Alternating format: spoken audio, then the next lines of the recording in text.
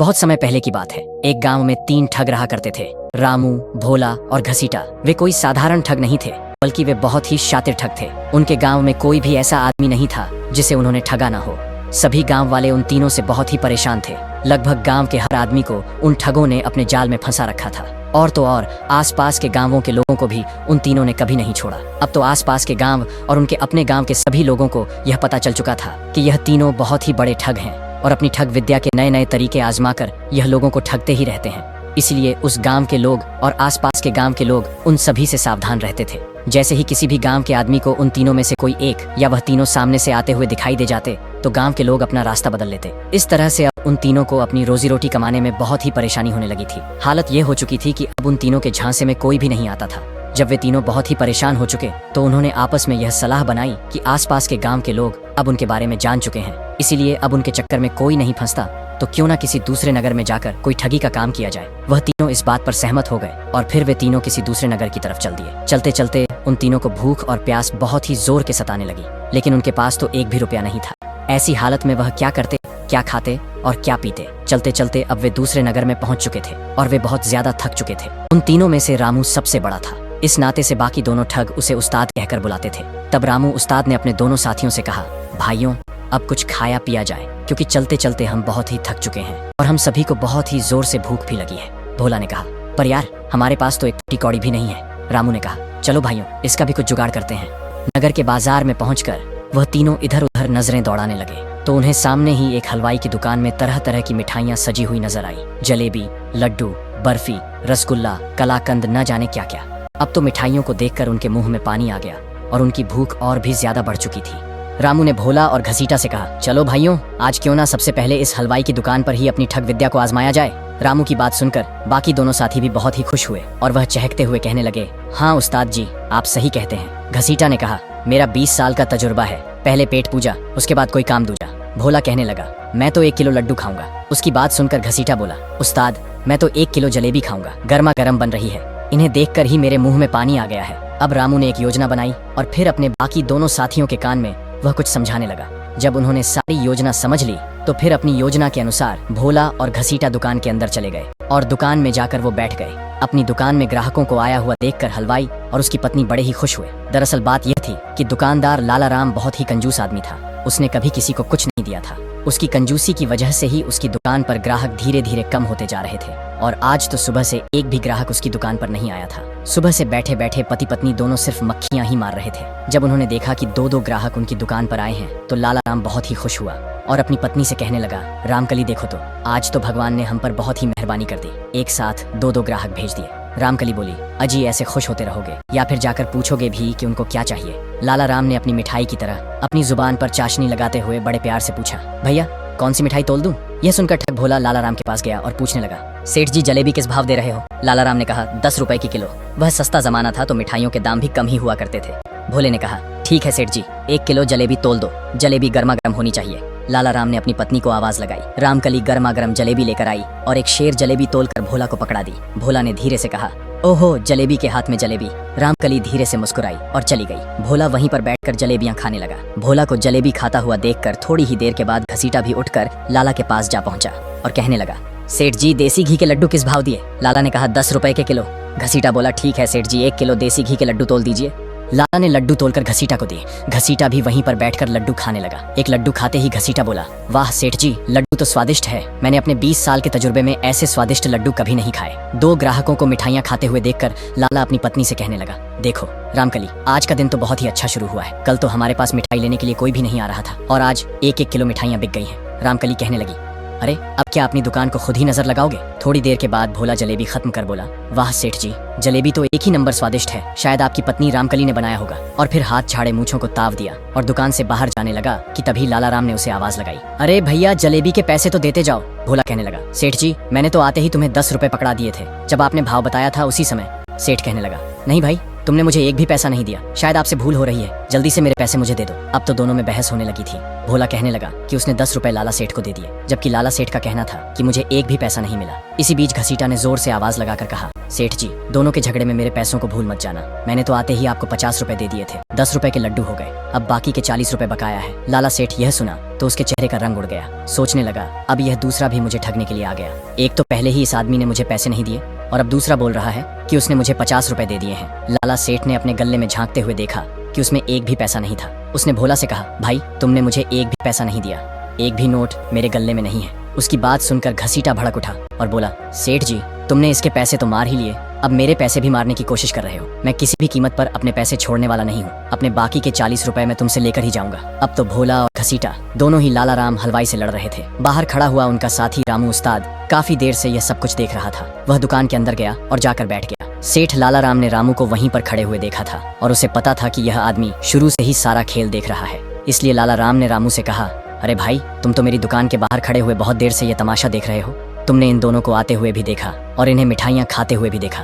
तुम बताओ कि क्या इन्होंने मुझे कोई पैसे दिए? रामू बिना संकोच धैर्य से कहने बोला, इन्होंने पैसे कहाँ दिए? मैंने अपनी आंखों से देखा कि इन दोनों ने मिठाइयाँ लगवाई और खाने के लिए बैठ गए।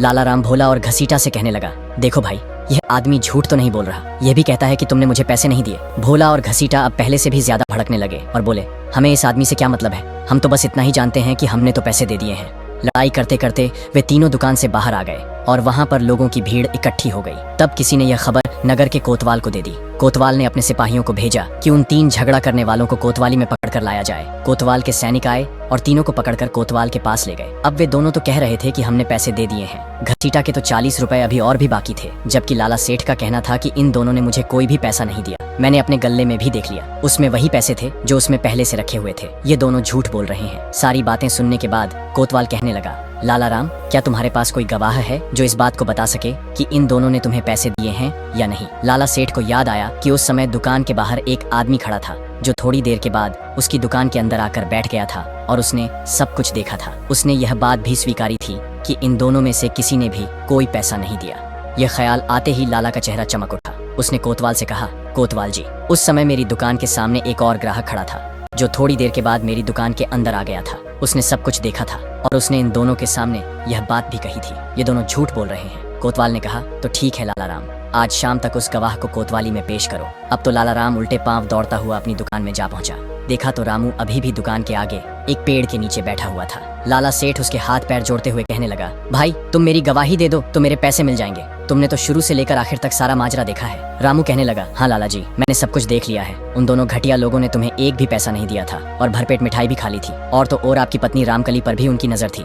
लाला सेठ कहने लगा, चलो मेरे साथ कोतवाल के सामने। अब रामू ने एक चाल चली। वह कांपते हुए कहने लगा, लाला जी, मैं चल तो देता, पर मुझे बड़ी जोर से ठंड लग रही है, लगता है मुझे बुखार चढ़ गया है। ये कहते कहते वो जोर जोर से कांपने लगा। लाला ने जब रामू को छूकर देखा तो सोचने लगा कि इसको बुखार तो है नहीं, पर हो सकता है कि बिना मौसम के बुखार चढ़ गया हो जो शरीर के अंदर ही तप रहा हो। उसने अपनी पत्नी रामकली को आवाज लगाते हुए कहा, अरे रामकली, जरा मेरी पशमीना की चादर तो ले आओ, जो मैंने कल ही कश्मीर से मंगवाई है। बड़ी अच्छी और गर्म चादर है, वह इस भाई को उड़ा दो, इसके शरीर में गर्मी आ जाएगी। और हाँ, इसके लिए गर्मा गर्म चाय भी बना दो। चाय के अंदर पानी मत डालना, दूध में ही पत्ती डाल देना। रामकली यह सुनकर बड़ी हैरान हुई, क्योंकि वह अपने कंजूस पति की आदत को अच्छी तरह से जानती थी। जब भी घर में कोई मेहमान आता तो पहले तो लाला राम बोल देता कि रामकली चाय बना दो, और जब रामकली चाय बनाने के लिए बैठ जाती तो पीछे से गर्दन हिलाकर ना का इशारा कर देता। रामकली गुमराह हो गई कि चाय बनाऊं या ना बनाऊं।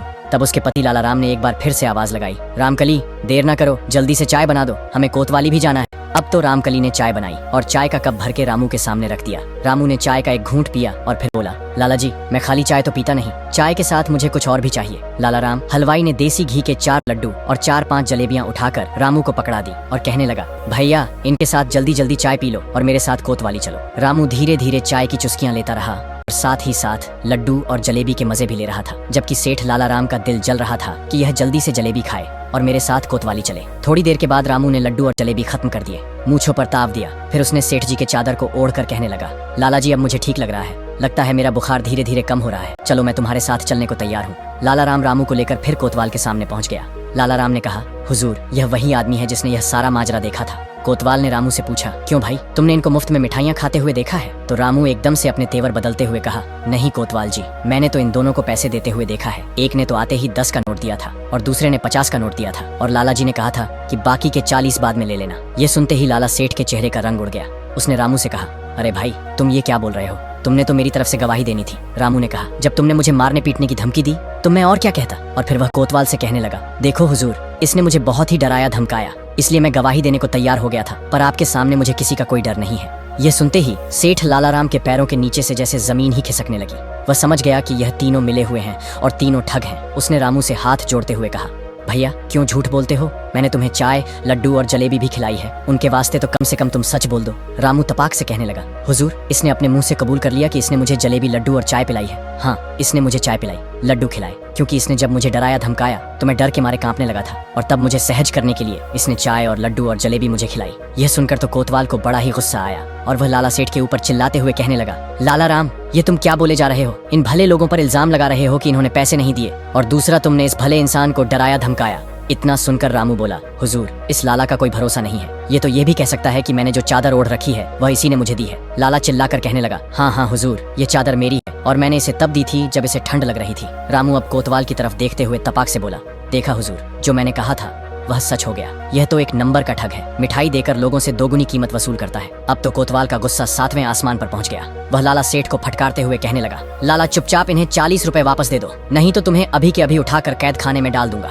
लाला भी अब यह अच्छी तरह से समझ चुका था कि वह ठगों के जाल में फंस चुका है, और उसने 40 रुपए निकाले और घसीटा को दे दिए, और फिर बिना किसी अपराध के वो माफी मांगकर मुंह लटकाकर अपनी दुकान की तरफ चल दिया। तीनों ठग भी खुश होकर कोतवाली से बाहर आ गए और लाला सेठ को पीछे से धीरे से कहने लगे, क्यों लाला राम, कैसी रही हमारी चालाकी? मिठाई भी खा ली और पैसे भी नहीं दिए, और तुमसे तुम्हारी कीमती चादर भी ले ली। लेकिन ठगों को यह मालूम नहीं है कि जब वे लोग लाला को चिढ़ा रहे हैं, उसी समय कोतवाल का एक सैनिक उनके पीछे से यह सब कुछ सुन रहा है। इसके बाद तीनों ठग और लाला अपने अपने रास्ते चले गए। सैनिक ने यह बात कोतवाल को बता दिया। अब कोतवाल को इस बात का एहसास हो गया कि उसने एक गलत फैसला किया है और यह तीनों शातिर ठग हैं, लेकिन उसके पास कोई सबूत नहीं था, इसीलिए उसने ठगों से कुछ नहीं कहा और उन्हें जाने दिया। इसके बाद तो तीनों ठगों के हौसले और भी बढ़ चुके थे। वह सोचने लगे कि इस शहर के लोगों को बड़ी ही आसानी से ठगा जा सकता है। वे तीनों रात बिताने के लिए एक पुराने खंडहर में पहुंच गए। अगले 2-3 दिन तक उन्होंने कुछ और लोगों के साथ भी ठगी की और काफी दौलत इकट्ठी कर ली। अब वे इस खंडहर में ही रहने लगे थे। तीसरे दिन उन्होंने फैसला किया कि अब वह इस शहर से निकल जाएंगे।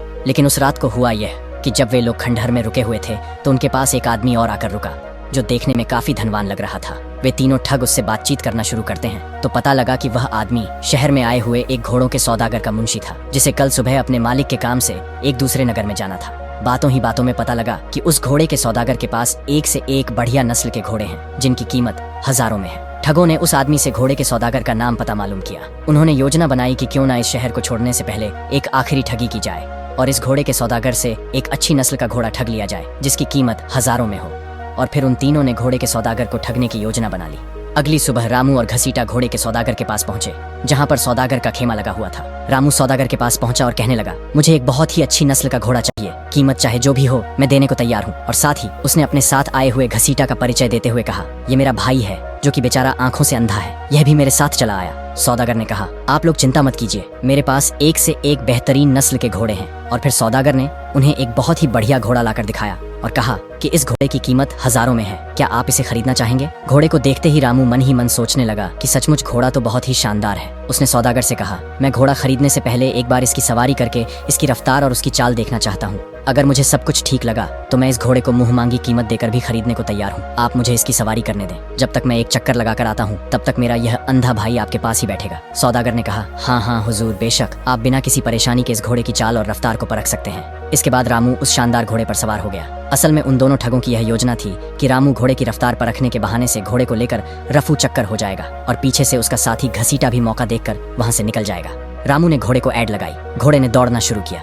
रामू मन ही मन में बहुत खुश हो रहा था कि चलो मेरा काम बन गया, घोड़ा अब मेरे कब्जे में आ गया। घोड़ा को दौड़ाता हुआ रामू जैसे ही कुछ दूर कर गया कि तभी अचानक घोड़े ने उछलना शुरू कर दिया और वह बुरी तरह से उछलने लगा। वो तो रामू के काबू से बाहर हो गया था। उसने रामू को जमीन पर पटक दिया। बेचारा रामू बुरी तरह से घायल हो चुका था। जब तक उसने होश संभाला तो देखा कि उसके चारों तरफ कोतवाल के सिपाही खड़े थे और उसके सामने वह सौदागर खड़ा था जिसका घोड़ा वह चुरा कर लाया था। सौदागर ने मुस्कुराते हुए रामू से कहा, क्यों रामू उस्ताद, आज तो तेरी ठगी तुझ पर भारी पड़ गई ना? तुझे क्या लगता है तू मुझसे बच जाएगा? उस दिन तू बच गया था पर आज नहीं बचेगा। रामू को कुछ समझ नहीं आ रहा था कि सौदागर किस दिन बचने की बात कर रहा है। सौदागर ने कहा, मैं कोई घोड़ों का सौदागर नहीं, बल्कि मैं नगर का कोतवाल हूँ और यह सारा नाटक मैंने ही रचाया था। उस दिन जब तुम लाला राम हलवाई को ठग कर खुशी खुशी वापस लौट रहे थे, तब मुझे तुम तीनों पर शक हो गया था, लेकिन मेरे पास तुम्हारे खिलाफ कोई सबूत नहीं था और मैं तुम्हें हाथों पकड़ना चाहता था। इसलिए मैंने अपने कुछ जासूस तुम्हारे पीछे लगा दिए, जो कि तुम्हारी हर गतिविधि पर नजर रख रहे थे। वह आदमी जो तुम्हें सराय में मिला था और जिसने तुम्हें मेरे घोड़ों के बारे में बताया था, वह भी मेरा ही आदमी था। और जिस घोड़े को चुरा कर तुम भाग रहे थे, यह कोई मामूली घोड़ा नहीं है, बल्कि यह मेरा घोड़ा है और इसको मैंने इस तरह से प्रशिक्षित किया है कि यह मेरी पीठ पर मेरे अलावा किसी और को बैठने ही नहीं देता। और जो ऐसा करता है उसका वही अंजाम होता है जो तुम्हारा हुआ। और तुम्हारा वह दूसरा साथी जो कि अंधे होने का नाटक कर रहा था, उसे भी मेरे सिपाहियों ने गिरफ्तार कर लिया है। अब जल्दी से अपने तीसरे साथी के बारे में बताओ, वरना मेरे सिपाही तुम्हें कोड़े मार मार कर तुम्हारी चमड़ी उधेड़ देंगे। मरता क्या ना करता। बेचारा रामू अब अपने ही जाल में फंस चुका था। कोड़े पड़ने के डर से उसने तुरंत अपने तीसरे साथी के बारे में बता दिया, जो कि वहीं से कुछ दूरी पर उन दोनों का इंतजार कर रहा था। कोतवाल के सिपाहियों ने तीसरे ठग को भी गिरफ्तार कर लिया। इस तरह से वह तीनों ठग, जो आज तक कई लोगों को ठग चुके थे, अब कोतवाल के हाथ लग चुके थे और उन्हें कई सालों तक कारागार में रहने की सजा सुना दी गई। उन तीनों ठगों के पकड़े जाने पर लोगों ने अब राहत की सांस ली और उन तीनों से आजाद हुए माल को उन सभी लोगों को वापस लौटा दिया गया जिनसे उन ठगों ने ठगी की थी।